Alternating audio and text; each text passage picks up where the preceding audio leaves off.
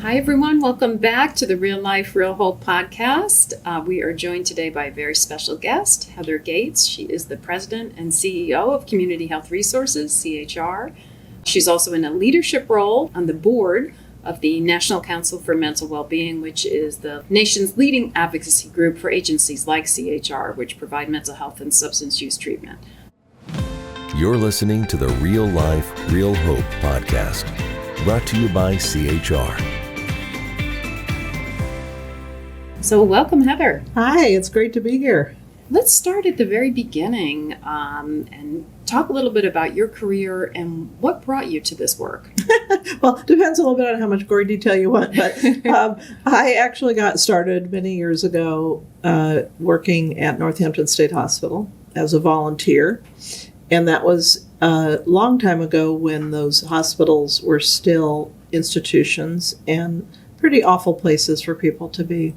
That experience is what led me to work with some attorneys who brought a lawsuit to close the hospital and create a system of community services for individuals who were suffering with mental health conditions. From there, I sort of went on to be a legal advocate and work on what was eventually a consent decree. Then I was working as a provider, running residential programs and kind of doing everything you do in residential services. Eventually worked for the Department of Mental Health in Massachusetts, helping to manage a system of care. And then ended up in this position as the executive director quite some time ago in what was a very small organization at the time, and have been very fortunate to be here since then. Well, that is fascinating because CHR has grown tremendously under your leadership. Can you talk a little bit about that? Like, what did the agency look like when you first joined CHR, and where are we today? Yeah, when I took the job 30 years ago, the CHR was a small organization based exclusively in Enfield. Its budget was about $3 million. I think we maybe had 80 staff at the time. And we were really predominantly serving adults, although we had some services for children and families. We went from that to now being one of the largest organizations in the state of Connecticut. Our budget, I think, for this coming year is about $80 million, and we have almost 1,000 staff all total. During that time, we've gone from having a very small set of services to having a system of care to work with children, families, and adults who have serious emotional disturbances, are homeless, have mental health conditions, have substance use challenges. And we're really here to serve those individuals and meet all of their needs, again, as a system of care, which is so critical for those who have very serious conditions. That seems to be a theme that's come up, creating a system of care. Talk a little bit more, what does that mean for an individual who has a serious mental illness or substance use problem?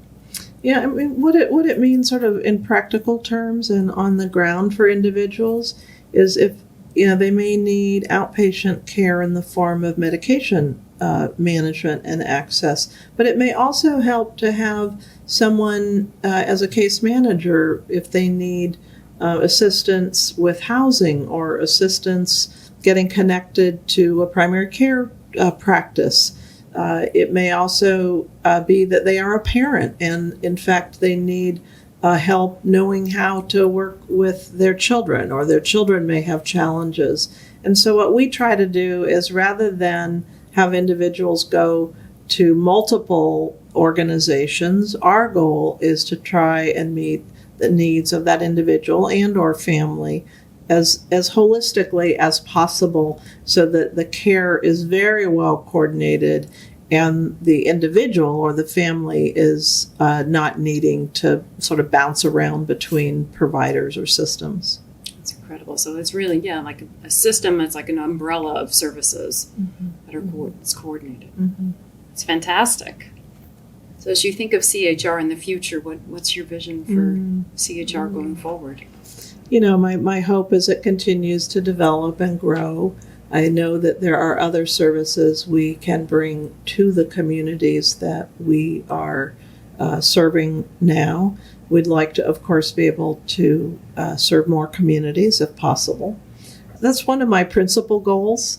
And then, of course, I want to continue to see us advance our expert care, our evidence-based practices, and our work to become, to really advance the certified community behavioral health clinic model in the state as well.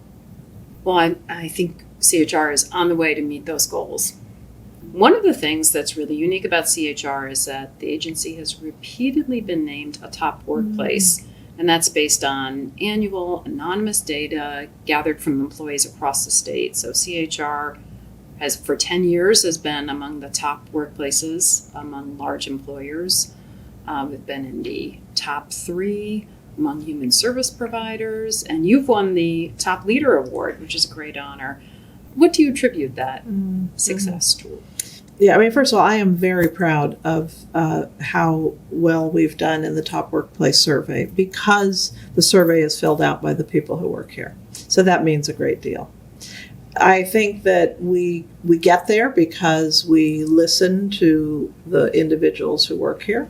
We pay attention to the feedback they give us, and we try and address it and improve upon it. We have great supervisors. We have a great management team. And then we have just really outstanding staff who are dedicated to our mission and come to work every day knowing that first and foremost, we are here for the people we serve. And from there, it sort of emanates to a culture that is about caring for people and caring for both the people we serve as well as each other. Mm-hmm. And that makes a difference in the long haul. So I think all of those elements make a difference. We are also, through COVID, I think we did a great job being compassionate, being flexible, appreciating the need for work-life balance, and that made a big difference with how folks who work here understand us as an organization, appreciate the culture that we have created, and want to continue to work here.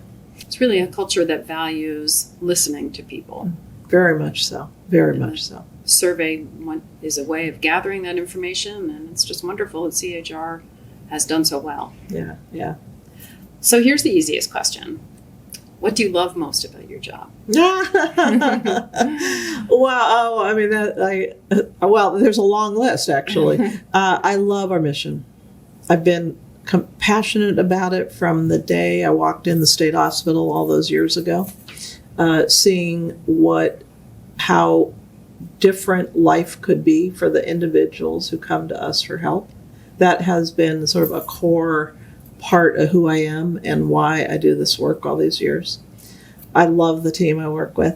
I think the executive team is just fabulous, including you, of course. Thank you. And we're very fortunate. I always say we've got the best executive team in the state, and I truly believe that. I have tremendous respect for the people who work here. It's almost hard for me to describe in enough detail how much respect and why.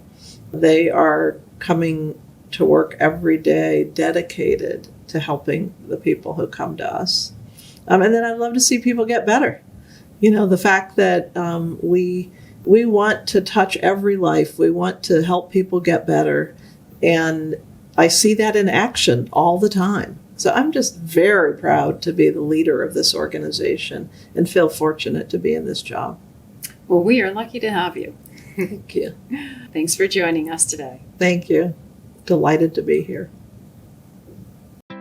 This podcast is brought to you proudly by CHR, where real life meets real hope. Visit chrhealth.org to explore resources and services. Be sure to like and subscribe wherever you get your podcasts. Please rate and review and join the conversation on social media.